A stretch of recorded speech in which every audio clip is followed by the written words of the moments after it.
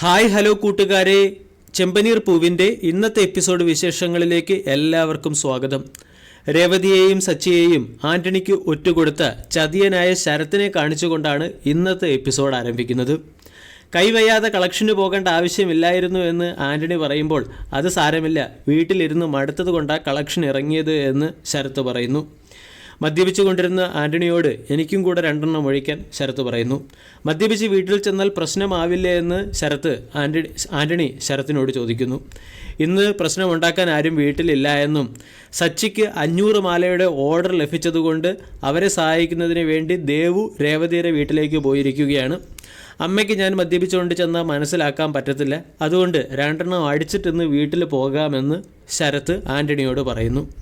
ഇത് കേട്ട് ആന്റണിയുടെ മുഖം പ്രസന്നമായി. സച്ചിക്ക് പണി കൊടുക്കാൻ പറ്റിയ ഒരവസരമാണ് വന്നിരിക്കുന്നത്. സമൂഹ വിവാഹത്തിന് 500 മാലയുടെ ഓർഡർ സച്ചിക്ക് ലഭിച്ചു. അതായത് 1 ലക്ഷം രൂപയെങ്കിലും സച്ചിക്ക് പ്രോഫിറ്റ് കിട്ടും. ഇത് തന്നെ പണിയാൻ പറ്റിയ അവസരം. ആന്റണിയുടെ ശരത്ത് മദ്യപിക്കുന്ന സമയത്ത് ആന്റണിയുടെ കൂട്ടുകാരും കൂടെ മാറി കാര്യങ്ങൾ പ്ലാൻ ചെയ്യുകയാണ്.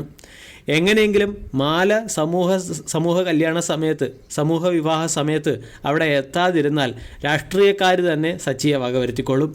മാല എത്താത്തത് കൊണ്ട് സച്ചിയുടെ പ്രോഫിറ്റ് പോവുകയും ചെയ്യും. ഇതിനുള്ള പണി പ്ലാൻ ചെയ്യുകയാണ് ആന്റണി. അതേസമയം സച്ചിയുടെ വീട്ടിൽ രേവതിയും കൂട്ടുകാരും എല്ലാവരും കൂടി ചേർന്ന് മാല കെട്ടുകയാണ്. ഇതുവരെ 350 മാല കെട്ടിക്കഴിഞ്ഞു. ഇനി 150 മാല കൂടി കെട്ടണം. എല്ലാവരും ക്ഷീണിച്ചും തളർന്നും തുടങ്ങിയിട്ടുണ്ട്. ഈ ഒരു സമയത്ത് രേവതി പറയുകയാണ്, ഈ മാല കെട്ടുന്നതിനോടൊപ്പം നമ്മൾ അന്താക്ഷരി കൂടി കളിക്കുകയാണെങ്കിൽ സമയം പോകുന്നത് അറിയത്തുമില്ല, കൂടാതെ ക്ഷീണം നമ്മളെ ബാധിക്കത്തുമില്ല. ഇത് പറഞ്ഞ് ഓരോരുത്തരും പാട്ടുകൾ പാടിത്തുടങ്ങുകയാണ്. ആദ്യം രേവതി, പിന്നീട് സച്ചി, അതിനുശേഷം ഫാമ, അങ്ങനെ എല്ലാവരും പാട്ട് പാടുന്നത് കാണിച്ചുകൊണ്ടാണ് ഇന്നത്തെ എപ്പിസോഡ് അവസാനിക്കുന്നത്.